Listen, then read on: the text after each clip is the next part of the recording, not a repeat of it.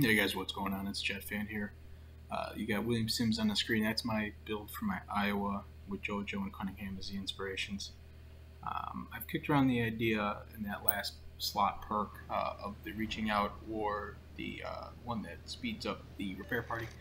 But real quick, my mods for my Iowa, I have the secondaries. I don't like to add to the reload time of my main guns. I have propulsion to get that start and stop play, and I also obviously have the guaranteed acquisition, slot 3, don't have a choice. And the last one, I have the artillery plotting room. That is my slot 4. I chose that one because I like the dispersion build, and I want to be able to hit what I'm aiming at, and take that as it comes. So you got to look here at my Iowa build, and it's a pretty decent game here in the Iowa. So again, my initial thought here, we talked about it before, I like kind of locking down that center position. I'm hoping that this side, you see this cruiser here, he's looking like he's hanging on a hard left here. I'm thinking at this point, all right, he's probably looking to go cap A. We have another friendly ship, and if you look, our destroyer is going to cross over in front of us as well. Looks like he's going for A. So I'm saying to myself, all right, so A is going to be our first cap that we're going for. Looks like the enemy is not pushing into A. Looks like they're more sailing away. You see in the center, and you see that their right flank looks like it's kind of playing in between A and B. So I'm thinking, all right, I'll support, I'll draw fire while our friendlies and allies on the blues go and cap A, and then we'll kind of reassess at that time. I'm looking for broadside targets here. You're seeing early on in this game, pretty disappointing RNG. The Lenin here broadside. I mean, that's a shot that I would hope to rip, 15k on the Lenin for. If he's angled in, you're not going to do much damage. So I'm hoping there. And of course, I only get 1 overpen and then 2 shatters. So pretty disappointed there. Disappointed early start here. So again, I'm trying to see any of these targets. This York, a little concerning because I have our destroyer. I want to protect him. He's kind of hanging back. I would really like to see him get into A. Here's a good salvo right there on New York. 1 standard pen, 3 overpens. Oh, took a good chunk off of him. So again, I'm trying to protect our destroyer. I really want him to get into A. York goes down there by the Leon. Good shot there. So again, we're looking for broadside targets. Lenin still tucked behind there. I could take a shot. I think I'm going to take a shot with the rear gun here. I don't want to open up my angle. I'm trying to stay broad. Trying to not go broadside, to the King George and the other ships in front of me here. I was all about angling. You have good, strong armor when you're bowing. You're pretty tanky, but those sides are very, very vulnerable. Very vulnerable to AP rounds, and with this build you are relatively susceptible and vulnerable to HE spam, but it's a give and take. I want to be able to punish broadside targets. Obviously that has not gone that way so far in this game, but RNG eventually will turn. Good shot at the Zuma. Zuma's a real juicy broadside target, and you see right there, big ripper, so we get a Citadel there. Pulling forward here, I'm going to kick the rear gun in, probably not the best choice. Very risky play. Obviously the King George went down there, but still relatively risky play because off to my right I do still have that Lenin and a Bismarck that I have not been paying enough attention to. So if things really were to get dicey, it could get ugly. I could get, some rippers into my side. So again, we're taking a long time, friendlies, to get onto A. We're getting a little concerned here, okay, because if you look on the map, the enemy already has C. Looks like they're slowly kind of making their way down to B, and a good job by our friendly blues up north. Good sinking there. First one for us, the Azuma. So you look, our blues are doing a good job up north of playing the delaying game. The Leon and the Algerie did a good job of basically holding the enemy up north. So what's going to happen here is we're going to cap A, and I'm thinking and I'm hoping that everybody else has a similar idea. We have A, they have C.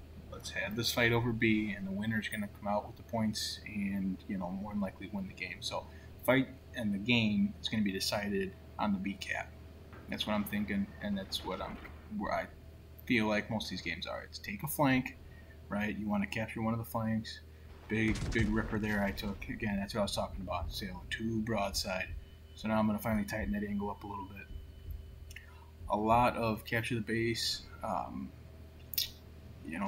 capture the base, but a lot of these domination mode games are decided on, one team takes one flank, the other team takes the other flank, and whoever can get to B and hold B and protect their other cap on the flank that they took is going to win the game. It's all about putting pressure on the enemies, putting pressure on the Reds by taking a flank and then trying to get into that B cap and start getting some points. And that's what we're doing. We're in the B cap now. Hindsight, I probably should have slowed off here. Probably should have backed off. I did pop the plane there, and that's a good ripper. That's an Iowa shot right there. That's a good Iowa salvo. That's the one that I've been waiting for this whole game. So you see how this game's kind of playing out. So going back to what I was saying before, probably hindsight I should have stayed out of the cap because now I'm a giant reset target, and of course I'm going to get hit, and they're going to reset our capping of B because I'm not making a smart play. I'm playing a little too aggressive here. I'm pushing a little too much, and it's not the best decision by me. So you saw that destroyer off to my right. You see that it's grayed out where it was last seen. I got to be paying more attention. Okay, I'm not paying enough attention, and at this point I'm thinking, all right, well, these torps might run out. I'm expecting them to run out, and they don't run out. So now got to burn the damage con. 8-2. I'm getting absolutely rocked. Okay, I'm being focused, and good salvo there takes out the Bismarck second, sinking 104,000 damage. So at this point I'm praying and hoping that I can get a friendly will to rebuild. It just does pop into the picture, and I'm trying to also tuck myself behind this island. Destroyer in the smoke is starting to take some good pop shots.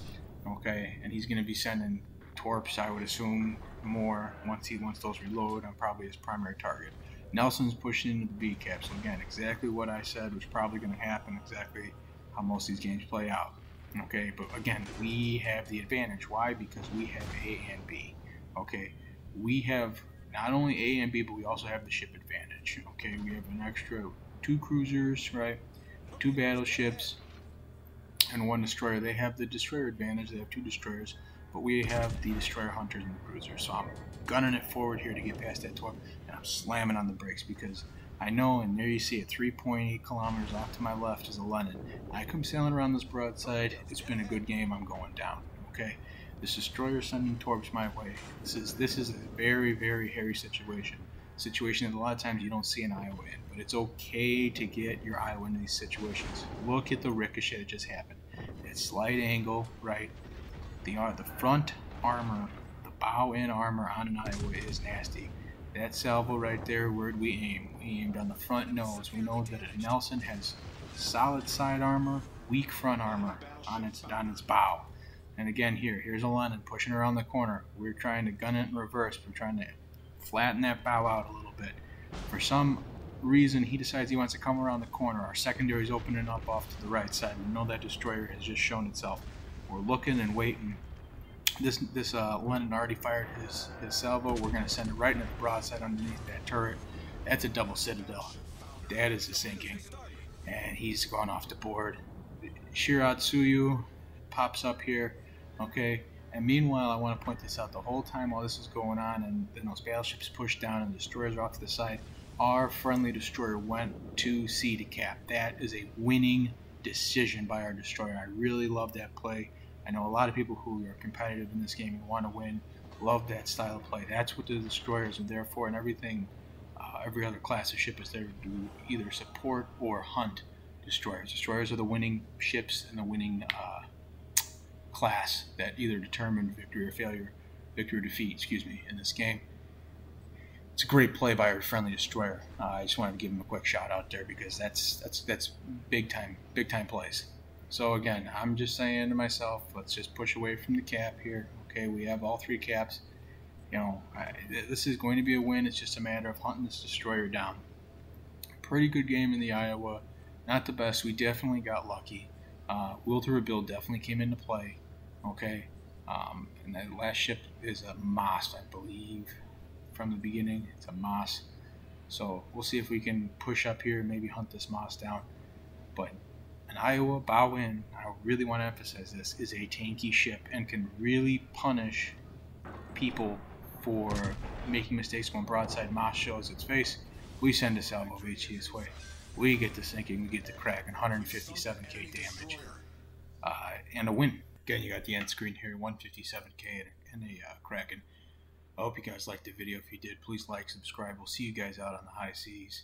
Take it easy, guys.